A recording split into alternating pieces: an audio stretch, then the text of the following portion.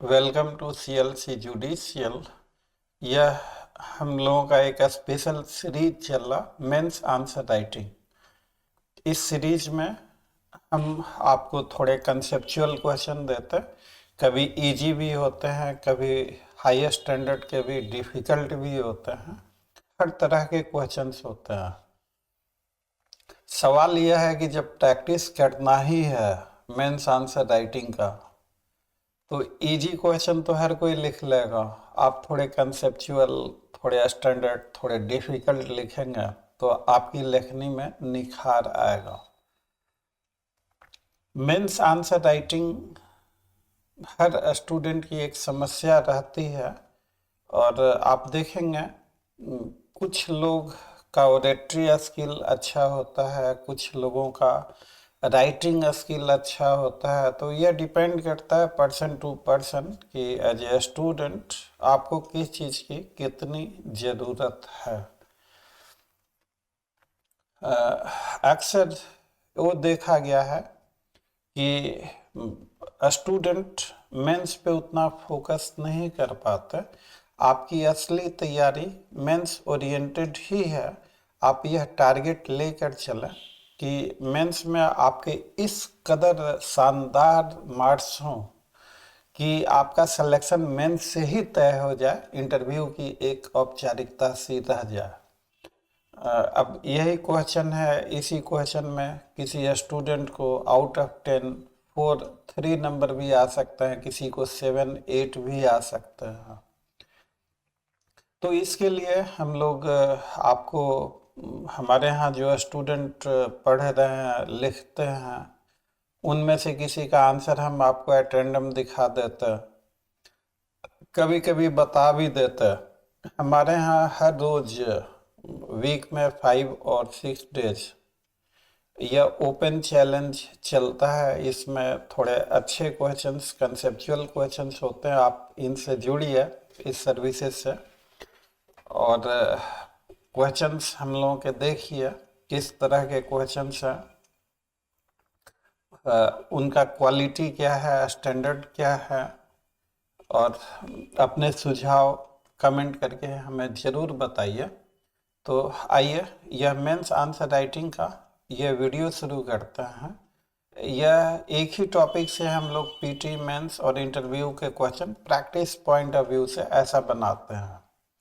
तो पहले पीटी वाले क्वेश्चन का जवाब दे दें आपको। Mark the correct statement, मियर dishonest intention is sufficient. सिर्फ इंटेंशन ही सफिशिएंट नहीं है, और भी कुछ होना चाहिए। ये इसलिए गलत है। In the absence of false statement there can be no cheating, यह सही आंसर है। डिसेप्शन में और may not be necessary for cheating, अगर डिसेप्शन नहीं है तो चीटिंग होगी ही नहीं। तो सी गलत है, तो सही आंसर बी है। मेंस का जो क्वेश्चन है, unless there is a false statement there can be no cheating. तो आपको यह समझना है दो चीज़ें शॉर्ट में। अब यूट्यूब पे तो क्लासेस नहीं चल सकती, काफ़ी लंबी। शॉर्ट में मैं आपको बता रहा हूँ कि जो हम लोग पढ़ते मिस रिप्रेजेंटेशन और एक तरफ पढ़ते फ्रॉड, तो इन दोनों में फॉल्स स्टेटमेंट की ज़रूरत होती। दोनों में यही सिमिलरिटी है। मिस रिप्रेजेंटेशन में जो मेकर ऑफ द स्टेटमेंट है, he believes the statement to be true, believes the statement to be true,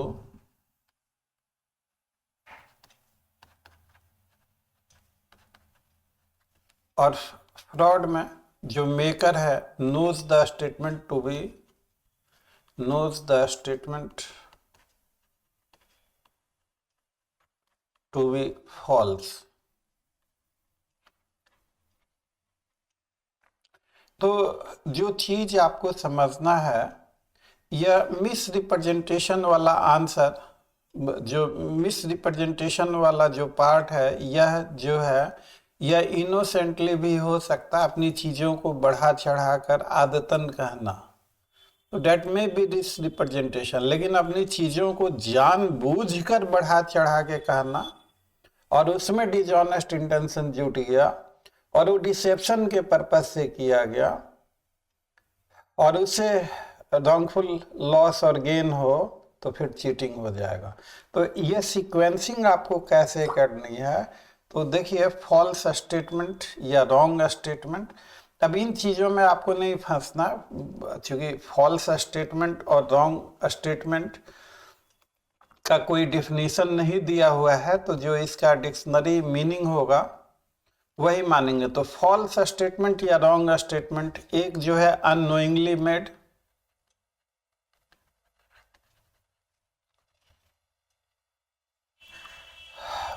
हो सकता है इनोसेंटली, चीजों को बढ़ा चढ़ा के कहने की आदत हो, और एक है नोइंगली मेड। तो जो नोइंगली मेड है, अगर डिजॉनेस्ट इंटेंशन के साथ है, ये डिजॉनेस्ट इंटेंशन मैंने एच लिख दिया, अगर यह डिजॉनेस्ट इंटेंशन के लिए है for the purposes of deception, तो फिर चीटिंग बन जाएगा। और इसी लाइन को आपको एक्सप्लेन, इन्हीं सारे चीज़ों को सीक्वेंस में आपको एक्सप्लेन करना है। अब आपका क्वेश्चन है unless there is a false statement. अब इस क्वेश्चन में आप चीटिंग का इसेंशियल लिख दें, चाहे कितना भी शानदार लिख दें, वो चीज़ आपसे इसेंशियल पूछा ही नहीं जा रहा। तो आपको यह समझना जरूरी है कि क्वेश्चन में पूछा क्या गया, जो चीज़ें पूछी गई है आप उसी पे फोकस कीजिए, आपका आंसर अपने आप बेहतरीन हो जाएगा। तो आइए देखते हैं इन्होंने क्या लिखा है।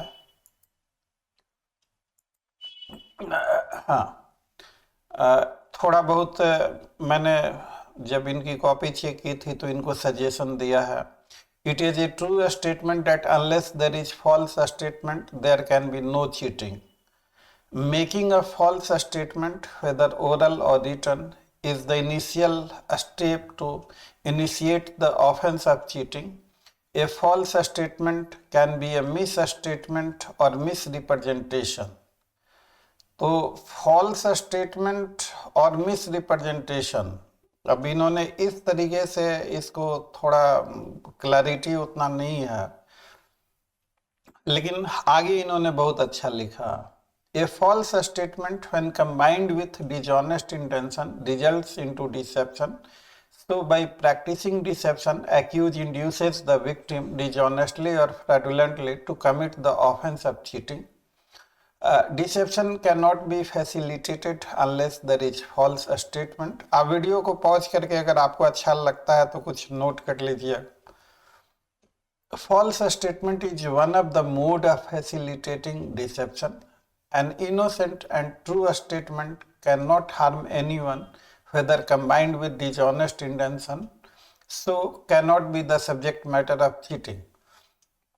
False statement is a part of both fraud and misrepresentation, but there is a difference between the two. In fraud, maker of the statement knows about the falsehood of a statement from the inception and deliberately make it to induce the victim by practicing deception. In misrepresentation, maker of the statement believes it to be true and does not know about falsehood of the statement.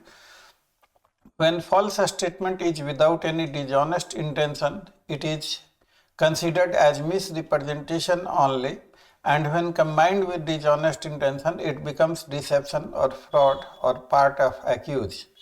Example के तौर पे, for example a person देखिए example भी इन्होंने illustrate भी किया।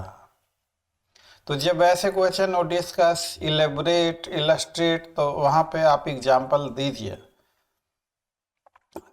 यहाँ पे अब देखिए हर लोगों की अपनी अलग अलग स्ट्रेटजी होती है, हर आदमी की अलग अलग प्लानिंग भी हो सकती है। अब कोई आपको कहेगा कि आप फैक्ट लिखिए, इशूज इन्वॉल्व लिखिए, तब डिसीजन लिखिए। भैया अब छोटा क्वेश्चन है, उसमें फैक्ट दिया ही नहीं है। तो मेरे कहने का मतलब है कि आप किसी की बातों पे मत जाइए, हमारी बातों पे भी मत जाइए। आप जज बनने जा रहे हैं, आप खुद सोचिए, खुद तय कीजिए कि आपको कैसे और किस तरीके से लिखना है। इस सीरीज के और भी बहुत सारे वीडियोज हैं, उनको आप देखेंगे तो आपको उससे काफ़ी लाभ होगा, क्लैरिटी आपकी अच्छी निकल के आएगी। तो इन्होंने जो इलस्ट्रेशन दिया, for example a person dishonestly forge documents and falsely represent his financial status to secure a loan, it is cheating. Without a false statement, there can be no deception. Deception is the process of creating error of judgment by making a person believe as true what is false or what is true. False statement पहले होगा, फिर dishonest intention होगा, फिर dissipation होगा, फिर inducement होगा, फिर cheating होगा। तो इस सीक्वेंस को थोड़ा सा ठीक कर दिया जाए। सबसे पहले डिजॉनेस्ट इंटेंशन आएगा और उसके बाद इसको नंबर 1, इसको नंबर 2, तब 3, तब ये 4 और ये final stage. Without dishonest intention, false statement alone cannot be changed into deception and further into cheating. It may be a misrepresentation, whether innocent or fraudulently. For the offense of cheating, the victim must not know about the falsehood of the statement and must be the same person to whom accused intended to deceive. फिर इन्होंने example दिया है, A intending to deceive B falsely represents to him that 500 mounts of indigo are made at its factory and thereby induces B to buy a factory. A commits cheating. In the case of अभय आनंद मिश्रा, इन्होंने एक case site किया हुआ है और इनका 2 page में लिखा है इन्होंने, 10 मार्च का है, ठीक लिखा है इन्होंने। तो हमने इनको 7 नंबर दिया है। अगर ये थोड़ा और सीक्वेंसिंग बढ़िया लिखते तो 8 नंबर देने पर मैं विचार करता।